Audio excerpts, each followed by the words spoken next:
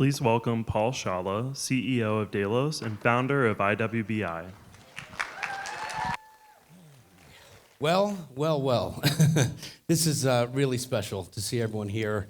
For those of you who know me well enough, you know I don't like to prepare speeches or thoughts or read. Tonight, as I do introduce our speaker, I am going to read so I get his amazing career right. But first, I'd also like to take this opportunity just to kind of reconnect some dots. This is, at this point, 12 years, maybe, in the making, perhaps longer. The well building standard was a little thought written on a napkin a very long time ago. And I just have to say how honored I am to see professionals like you guys in this room getting together, talking about this topic, and seeing where this whole movement has gone. First off, Mr. Rick Fedrizzi, thank you. Rick and I had a conversation many years ago, and he opened my eyes about a lot of things, and hopefully what we brought to Rick started to help work this pathway to what it became. And Rick actually started to coin this second chapter of sustainability, the human or biological sustainability movement, which complements the environmental sustainability movement. And through years of work and obviously Rick's great leadership, having brought wonderful people to the table to the IWBI, I'd also like to thank Rachel, our fire plug, our amazing CEO and leader, Rachel, Pratik, and the entire leadership team at IWBI and all the IWBI staff. Guys, thank you so much. I landed here this morning. I've been in meetings back to back, and I can't tell you the energy and the feedback that wonderful minds like all of you guys have had about our team and this movement, which is now in 108 countries, over 3 billion square feet of projects and clients around the world, clients of all types, including 20% of the Fortune 500, all the way down to small little retail shops and everything in between. And I remember early on, our vision here with the WELL standard was to position health and well-being in the built environment as a right, not a privilege. And democratizing that information, publishing the WELL standard after years of research and a lot of capital, believe me, to get there, but putting that out into the public domain was my proudest moment with regards to this movement, making sure people had that knowledge. And thankfully, and unfortunately, it took a global pandemic for the world to wake up to certain things. But I think leaders around this world, public sector, private sector, they're getting behind this thought that health and health safety and health and well-being in the built environment need to be positioned as a right, not a privilege. And with the amazing innovation of our team and the different offerings and programs and entry points into the WELL system, we're showing that, bottom line, if it's got a front door, and there's a lot of those in the world, if it's got a front door, it can belong a part of this WELL ecosystem. Homes, offices, schools, hotels, restaurants, shopping malls, stadiums, it doesn't matter. And that's so exciting to see as the ecosystem of offerings expand. I'd also like to thank our speaker tonight, our keynote, Dr. Richard Carmona. And I am going to read a bit here to get this right, but first a couple notes on someone I'm proud to call a friend and honored to have his service to our organization. What a relatable guy, first of all. Dr. Carmona will tell you and be as interested in telling you about his first job selling hot dogs at Yankee Stadium as he is about serving as the 17th Surgeon General of the United States, with the same passion, the same emotion, the same intellect. And we're just really thrilled to have someone of this caliber not only serve our organization as he does, but share his thoughts with all of you tonight. So here I go with the reading. Dr. Carmona has dedicated his entire professional life advancing public health as a physician, a nurse, a public health administrator, a vice admiral in the Public Health Commission Corps, and of course, the 17th Surgeon General of the United States under President Bush. Currently, Dr. Carmona serves as Chief of Health Innovations at Canyon Ranch, and he's also the first Distinguished Professor of Public Health at the Mel and Enid Zuckerman College of Public Health at the University of Arizona. Dr. Carmona actually also played an important role in one of our efforts last year to elevate the public awareness of the WELL SEAL and the WELL programs. And we were really proud to have Dr. Carmona as part of that campaign. That campaign served many purposes. It wasn't just to throw splash and sizzle on the movement. It was to get as many people as we possibly could in the public domain to understand the value of that WELL seal, that WELL verification. And proud to say we actually reached 95% of the US adult population last year. That actually was the single most watched television commercial in the United States last year, achieving over 4 billion media impressions. What made that campaign valuable was getting someone of this stature to be part of it. It wasn't the celebrities and the folks of reach and influence. Yeah, that'll catch someone's attention. But the amount of public health expertise we got behind that campaign through Rachel's leadership and the rest of her team, the over 600 virologists and public health experts and building scientists and all these folks coming together, keeping this movement rooted in science. No matter how much splash we wanted to throw on it, it was rooted in science. With that said, again, I'd like to introduce the 17th Surgeon General of the United States, Dr. Richard Carmona, someone I'm proud to call a friend, and we want to thank you for all your service. Thank you for being here.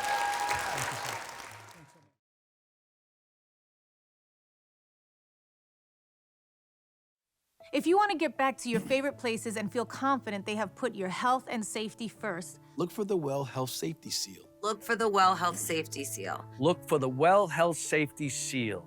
I'm Dr. Richard Carmona, the 17th Surgeon General of the United States of America.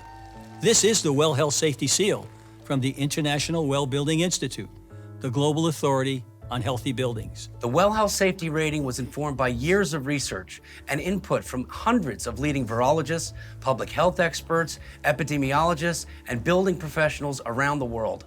You'll see it at schools, offices, banks, childcare centers, all the places we go. The WELL Health Safety Seal means that we'll feel better going into restaurants, theaters, stores, hotels, stadiums, and all the places that we love. Everything may look the same, but the WELL Health Safety Seal means that your health and safety are top of mind when it comes to cleaning and sanitizing procedures, air and water quality management, emergency preparedness programs, and health services. So look for the WELL Health Safety Seal outside and feel more confident going inside. Learn more about the WELL Health Safety Rating at wellhealthsafety.com.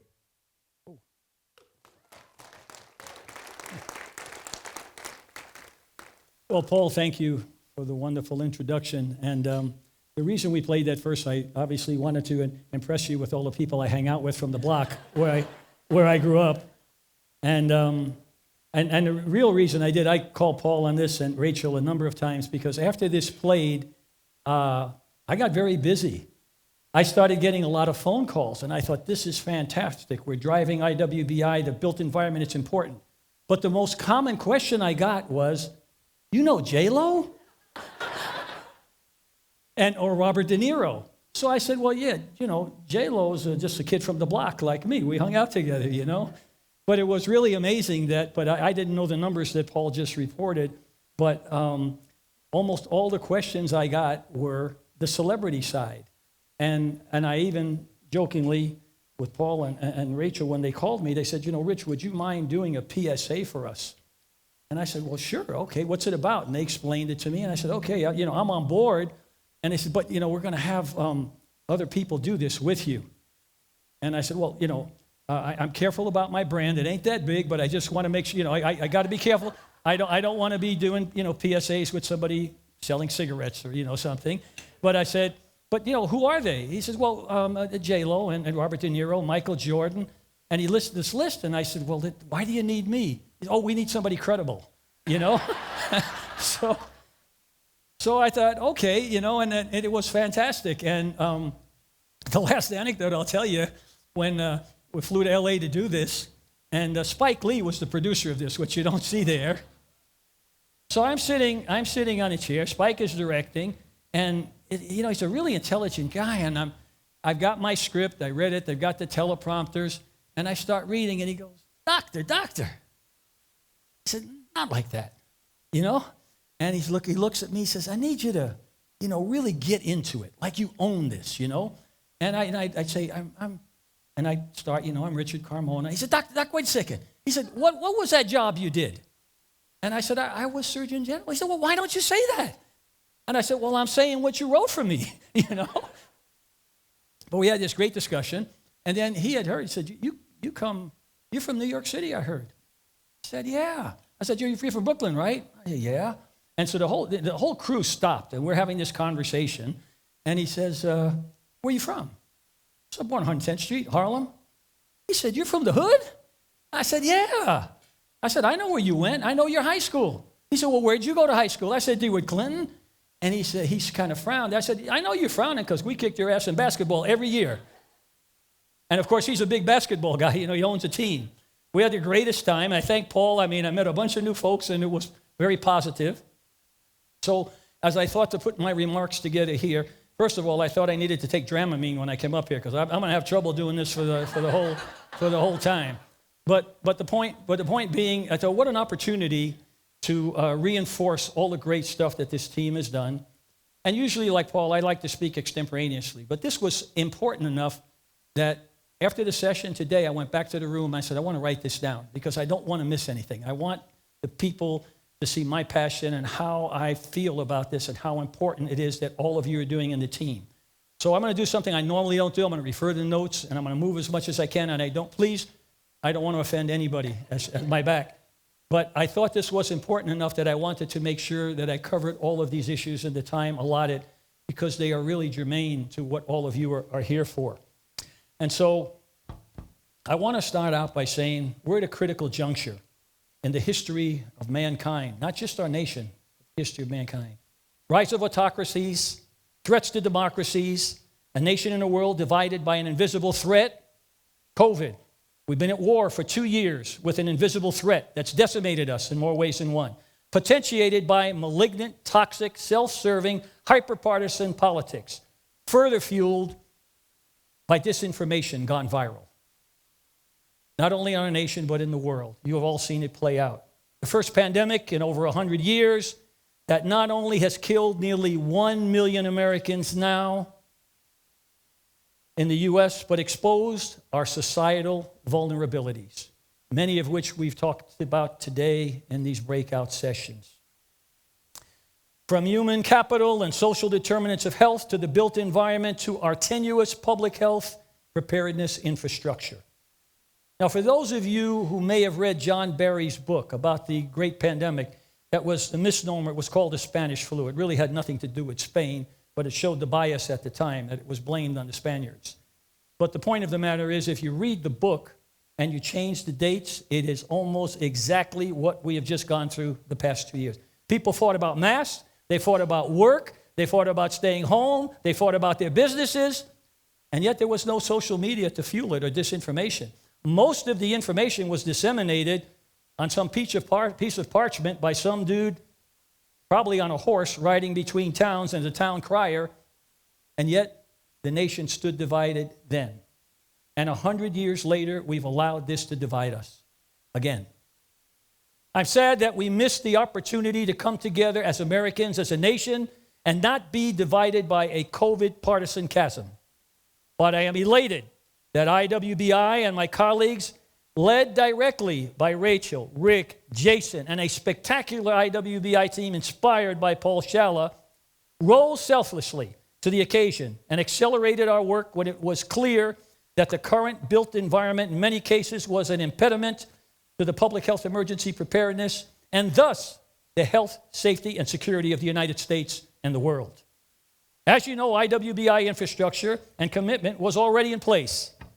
But with the threats of the century before us, we realized that this was our moment in history where our collective work would bring extraordinary value to society while building an innovative brand that will positively disrupt markets and life as we move through the 21st century.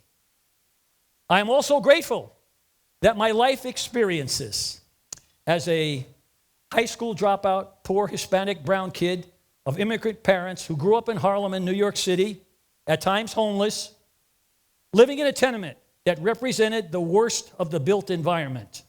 Sleeping with clothes on in the winter, too hot in the summer, roaches in the house, mice in the house, chips of paint falling off filled with lead. That was the reality. And in many cases, it still is in this country, unfortunately. So this experience provided me with exceptional insight into the current academic and business discussions that we are driving our IWBI and all of you to never forget, overlook, or take for granted the built environment, since we now know we are inextricably tied to this essential, dependent variable which directly impacts our collective humanity and our lifespan. So for me, you see, this is not a mere academic pursuit or business pursuit. It is a commitment to a healthier, safer, more secure, and just world. Aligning societal good with economic benefit is what IWBI and Delos has done. Optimal health and wellness can never be fully appreciated without attention to the built environment. Prior to COVID, we spent approximately 19% of our GDP on health care. Really wasn't health care, it's actually sick care. But 75 to 80 cents of every dollar we spent was spent on chronic diseases that we caused by our poor behaviors. Not only that, very often, this deleterious health scenario that was created was caused by or exacerbated by a built environment that was not appropriate to be inhabited by human beings. Hence the importance, again, of what we are doing today. Optimal health and wellness can never be appreciated. Again, I'm going to repeat that, without the attention to the built environment.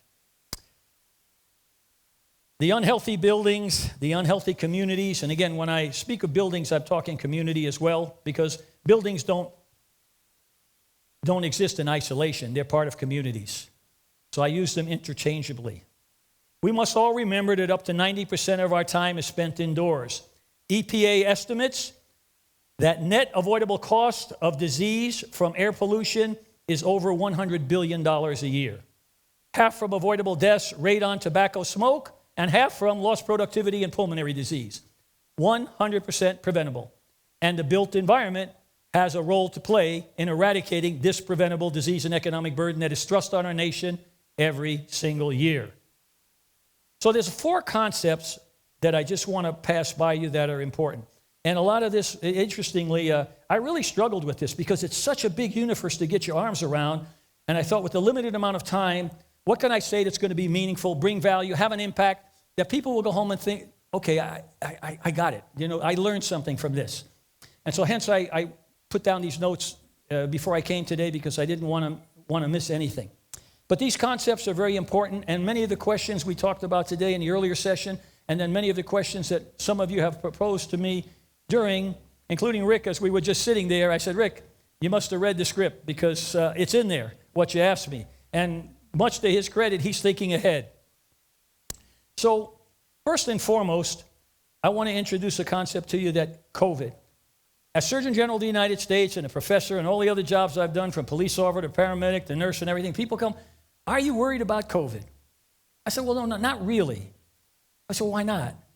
I said, well, Darwin told us how this movie ends. It's called evolution, okay? Now, unless you live in Texas, that one pissed you off, all right?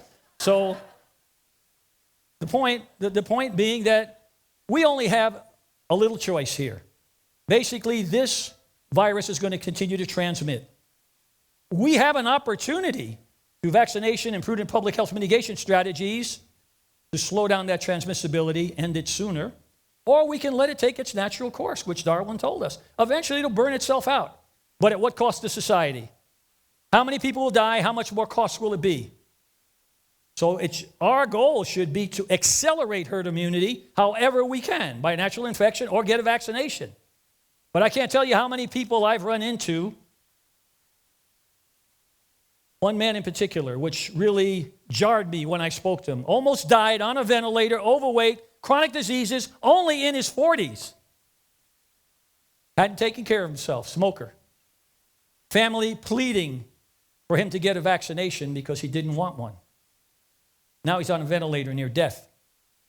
He made it. I had a chance to talk to him afterwards. I said, why didn't you get the vaccination? You know, you may have gotten sick, but you probably would have stayed home, not on a ventilator, and you wouldn't be near death. He said, but I couldn't. I said, why? He said, I'm a good conservative.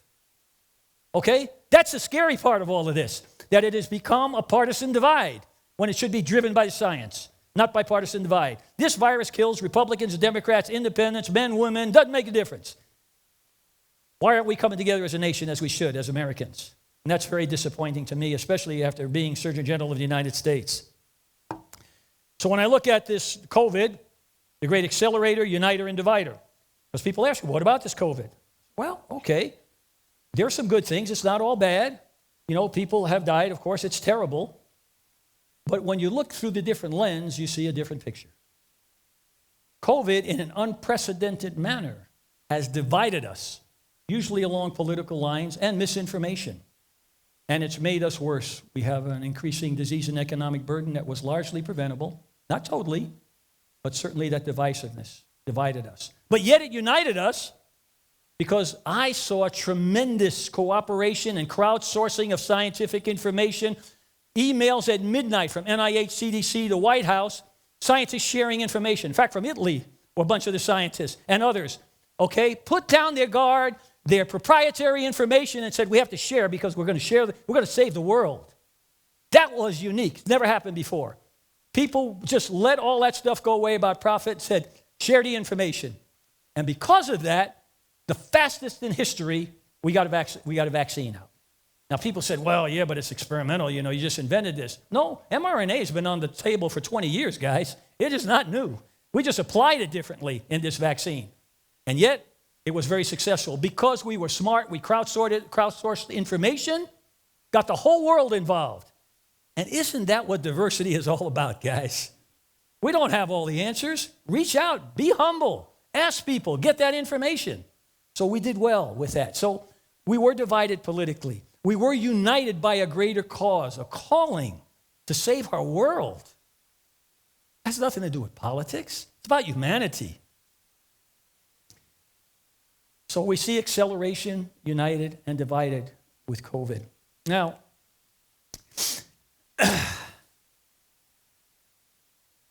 this is truly our moment in time when we can understand that.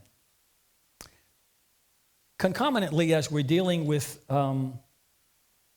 these issues of COVID and unite, divide, accelerate, for those of you in the corporate world and dealing with business, ESG is on the forefront. So environment, social, governance. COVID fits squarely into that as well. Built environment fits into that as well. But yet, rightfully so, it's taken proxy companies and shareholder activists to tell us, dude, you got to do something about this. You can't ignore it anymore. So, you know, a couple of big investors said, we're not going to do business with you anymore unless you guys start making a commitment to ESG. Not only making money, but make the world a better place at the same time that you're making money. What a radical thought. And not only that, the literature is pretty clear now. When you demonstrate diversity on your boards, both in gender, ethnicity, and competence, your margins are better because you're crowdsourcing information. Okay? You can't hold on to it. You got to form teams. I mean, look what IWBI did. You know, Paul had a great thought. I remember sitting with him in New York, and he was pontificating about the future, and people were going, damn. Even Rick tonight said, man, maybe this guy's crazy. But no, he wasn't. I said, you got something there. This is incredible. Because the built environment had been ignored, and yet it is a major part, a determining factor in outcomes. You want metrics? Fix the damn buildings. People will get better. They'll stay healthy. So we're here as a dozen years, an overnight success in a dozen years, Paul, you know? And so I'm so proud to be associated with this organization, and now the ESG is important as well. Now, number 2, our national security is squarely dependent upon the built environment. National security is dependent on digitally and structurally interconnected roads, bridges, tunnels, and buildings. When built correctly with modern sensor capabilities, they can withstand all hazards threats. All hazards are any and all things, man-made or naturally occurring, that can affect the health, safety, or security of the United States or the world. Terrorist event, bio event, hurricane, tsunamis, doesn't make a difference. It's the same infrastructure. So we characterize that as all hazards. We actually have a national plan. It's called the National Response Framework. If any of you have trouble sleeping, go to dhs.gov or hhs.gov and read it, okay? But yet it is the roadmap of how our nation and how we work with our allies to be able to stand up what they call surge quickly and deal with all hazards threats. This case, a pandemic.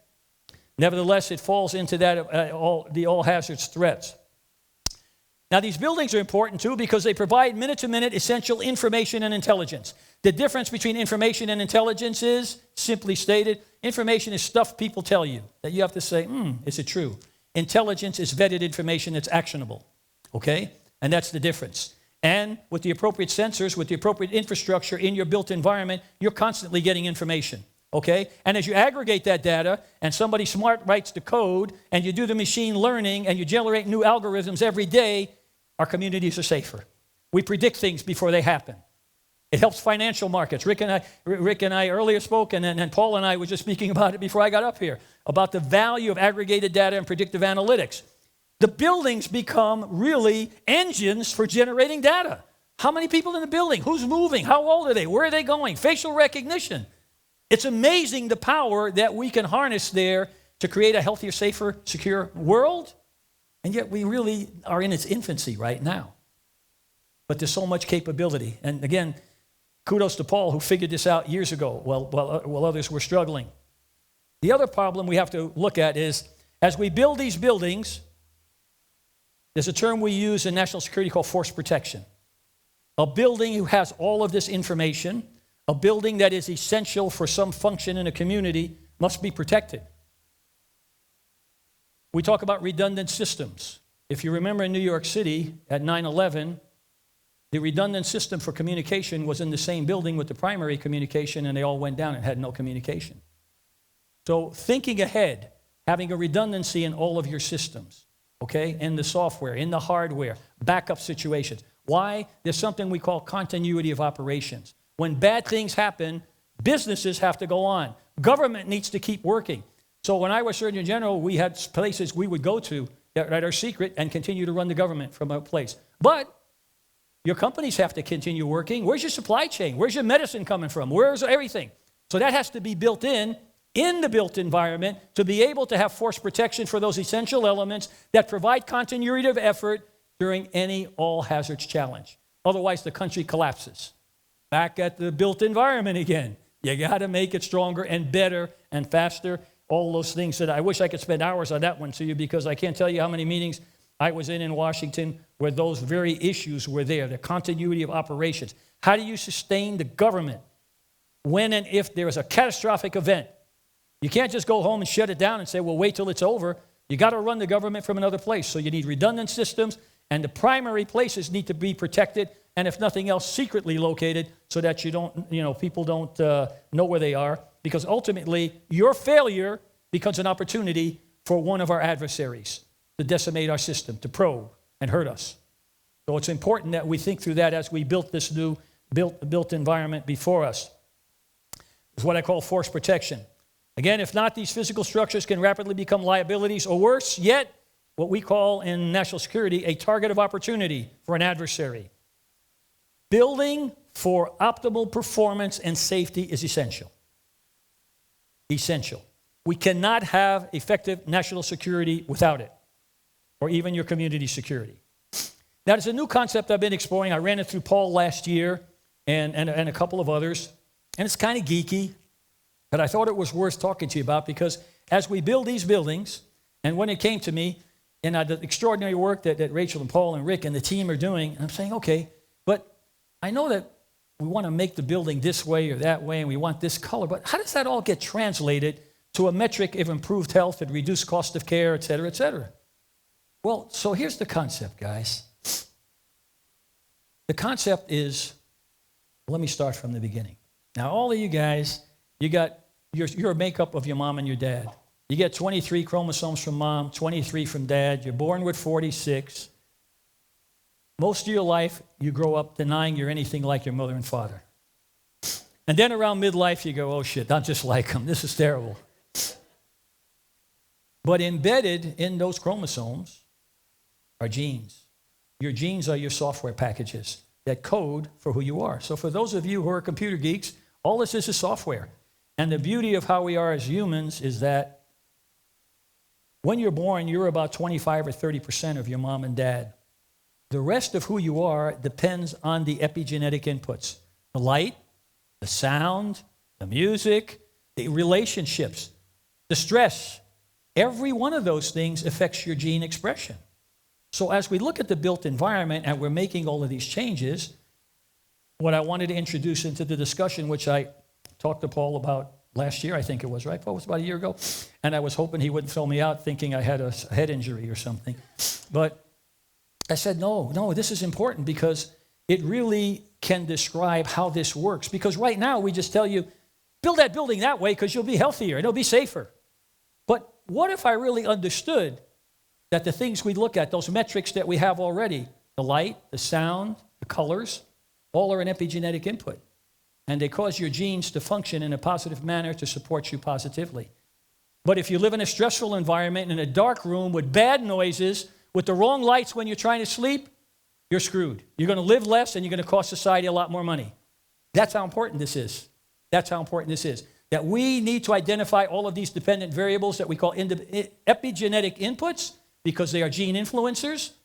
All the things that, again, we're dealing it at a macro level. I'm saying we need to take it down to a microscopic, molecular, genetic level because that's where all of these entities that we're going to be evaluating in the built environment, whether or not you have a healthy performing building, that's what they are.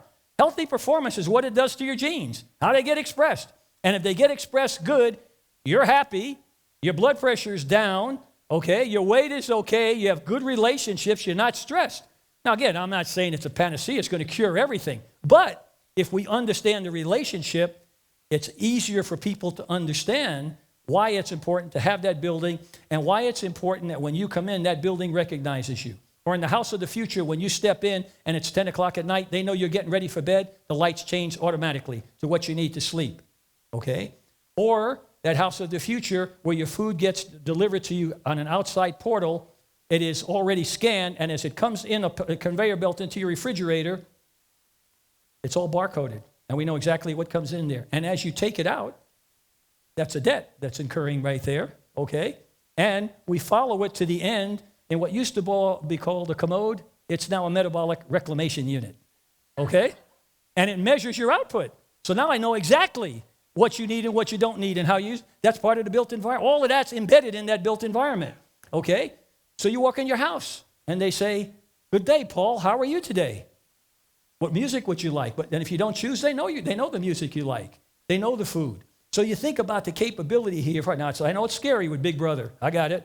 But on the other hand, if we can optimize it, be sensitive to the privacy of everybody, be sensitive to HIPAA issues as well, but yet harness that, think how much better we can be, how much more productive we can be, how we reduce the disease and economic burden, okay? And then we can be on that happiness level that they talk about in Sweden and, and some of the other countries where we're on the bottom. People ain't happy here for a lot of reasons. Happiness is probably the lowest common denominator of expression. If you're happy, probably everything else is lining up okay. You got good relationships, and your self-worth is pretty good. So one of the things I wanted to cover besides the new concept here, remember, water quality, lighting, acoustic performance, indoor air quality, all of those are epigenetic inputs. One of the jobs I had over the last year is the president of the university system in Arizona asked me when the COVID hit, can you take this over? We need to know how to keep the university open. And I said, okay, I'll do that. And I said, we need to put together an incident command system. He said, what's that? And so I spent a week in his backyard, the university president's house, feeling like an intern doing a presentation to my professor, explaining incident command system, which is 50 years or older. And I said, and he said, okay, go ahead and do it. I trust you. And he said, you can use any professors you want. I said, oh, sir, respectfully, I don't want any professors. He said, well, why not? I said, well, they're real smart, but they're not trained to do this, okay? And I said, I already picked 5 people that are going to run logistics, operations, planning, et cetera. He said, well, who are they? He says, 2 police chiefs, 2 fire chiefs, and a retired Navy commander. And he said, but they're not doctors. I said, precisely, we're going to get shit done, okay? And so now he tells me, you know, Rich, I wish the university could run this efficiently after COVID. I said, wonderful aspiration. Probably not going to happen. But again, as Paul knows, you got to put the right people in the right job to get the metric that you want. Doctors aren't trained to do those kind of things. In general, they're not. But a commander in the Navy who's run a ship and been there for 25 years knows how to do stuff, okay? 2 police chiefs and 2 fire chiefs respond to emergencies every day and know how to allocate resources very quickly and make quick decisions based on limited information that's actionable. That's all the incident command system is, and it's what we use in the whole United States. It's scalable from very small to very, very large. So one of the first things I was faced with, because this is a built environment, and I want to give you this anecdote. One of the things we started looking at was early on in COVID, you'll remember that about 40 to 50% of people were asymptomatic. Yet we had thousands of people on campus, okay? And 60,000 to be exact at some point with faculty and students. And we have 21 dormitories, and we're thinking, oh my God, even if we get people tested, even if we do all the right things, if up to half of the population is asymptomatic, we're just going to have a bunch of people spreading disease. So we have a professor there at the university. His name is, this is his real name, Dr. Pepper, okay? Ian Pepper. And I'm giving him credit. Because we called him up, and what many of you guys don't know, that's part of the built environment, wastewater sampling is done all the time to be able to detect germs in the environment. So I said, Ian, can we somehow check the sewage and do a PCR test on it? And of course, everybody was funny saying, well, that's pretty shitty work, And so he got over that. He said, yeah, we can do that.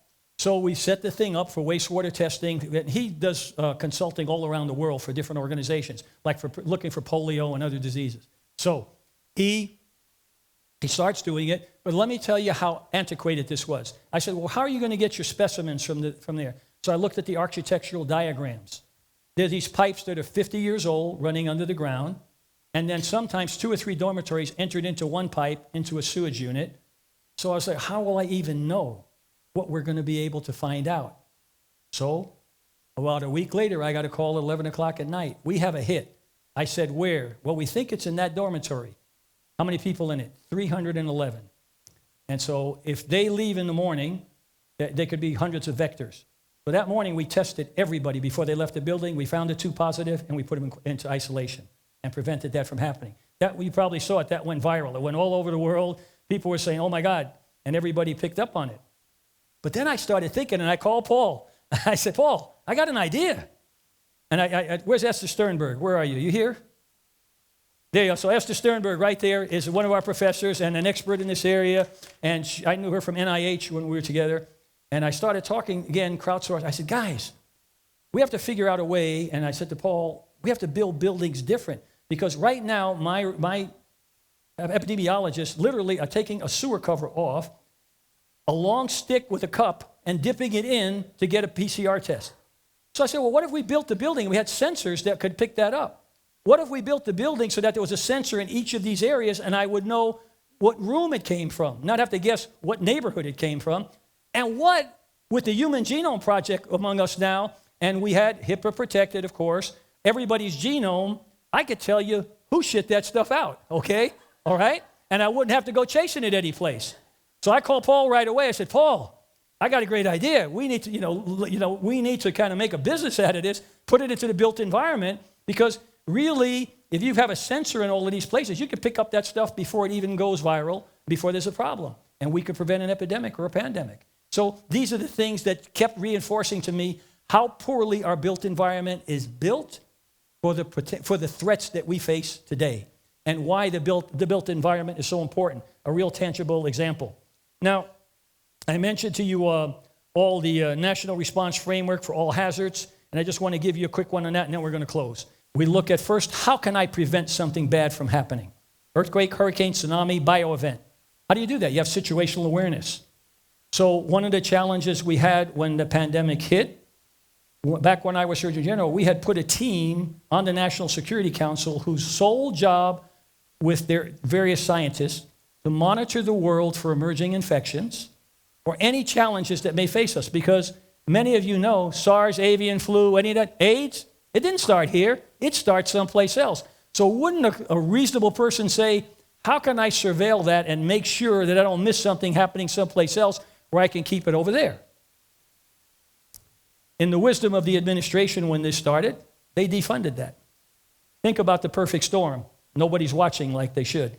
So we got a late start. Then there's something called a strategic national stockpile. So many of you have heard the stockpile. It's a dozen places around the country that are secretly cached with ventilators, beds, and so on. So when bad things happen that exceed the capability of any community, you can move that stuff over there for beds, ventilators, drugs. But in order to keep it updated, you have a whole team that needs to check expiration dates, needs to make sure there's masks there, needs to make sure there are IVs. What happened when we said, where are the masks? We had to start buying masks from foreign countries because nobody had been watching the stockpile. Why? Somebody thought it was wise to cut the funding because we don't really use that stuff. So we got a late start. We had the infrastructure in place. Plus, we lost the institutional memory.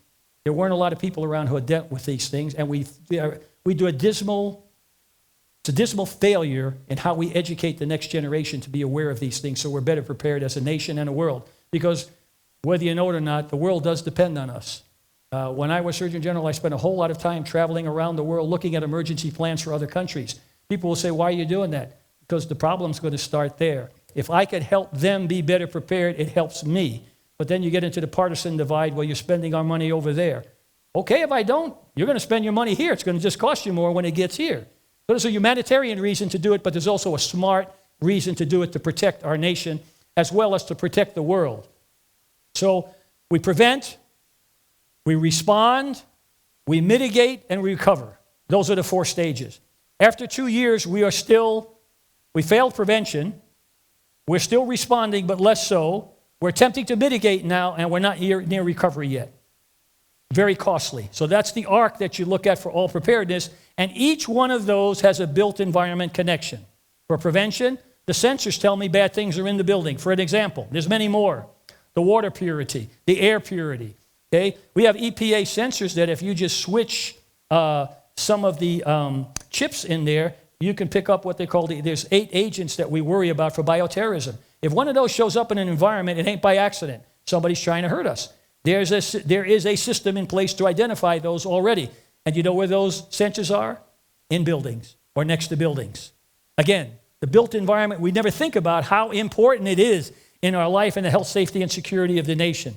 So, in closing, serving again on active duty as an admiral and as your Surgeon General, where my job description was to protect, promote, and advance the health, safety, and security of the United States, coupled with having spent over half my life in somebody's uniform, whether it be military, police, and others that you've heard about, and in combat as well. As a health system CEO and a hospital CEO, as an emergency medical system director, as a professor, all of those experiences over half a century have allowed me to have thought through some very complicated all-hazards threats and assemble teams that had more knowledge than I did to crowdsource information, to do public good, to do the right thing, to save people and save communities. And as I look at that, you know, the essential components of the built environment, every one of these challenges I faced were there. But we didn't recognize them years ago. We didn't recognize them until Paul and others said, why are we ignoring this? Now it's front and center. And we've got a lot of work to do, to catch up. All Surgeons General come to the realization that once a Surgeon General, always a Surgeon General. For we are frequently called on to address complex national and global public health issues long after you hang up your uniform. But of course, the politicians have to be careful because all of us are not fearful of speaking truth to politics or truth to science. And when you hear of complaints about a Surgeon General, it's generally because they presented an inconvenient truth, and my remarks are bipartisan, by the way, that you don't want to hear that because it's the midterms, it's the big election, it's this, it's that, it's my fundraising. God, that ain't my problem. You got elected to solve the problem. I'm here to tell you what you need to do. If you choose not to do it, then it's a breach of integrity. If you're more worried about your election, you're probably not the guy I want in that office, okay? We want people that act selflessly for the benefit of the public, okay? And unfortunately, we see a lot of failures today. Again, both sides of the aisle. So which troubles me greatly because many of my colleagues who have served give their life in service, in combat, and even in infectious disease. You know, our U.S. Public Health Service, for instance, people don't see them as, you know, oh, well, they don't really go to combat. They've been in every war. They started in 1798, every war they've been in. And in fact, every single day, there are members deployed hundreds of locations around the world doing surveillance and being exposed to toxic substances and bad stuff so that you won't get it in the United States. To me, that's as risky as going in combat and getting shot, okay? The point is, we have people that know how to do that, and they serve selflessly. Our damn politicians need to step up and play the game as well and serve selflessly, because that's why we elect them. So as I did many times as Surgeon General, I want to challenge you all with a call to action. Rise above the many political distractions we have today in our nation especially.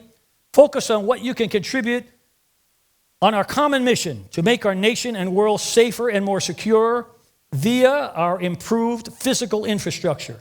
Recruit more of your gender, ethnic, and competency diverse colleagues to our common cause. And last but certainly not least, leave here tonight with a sense of purpose and urgency.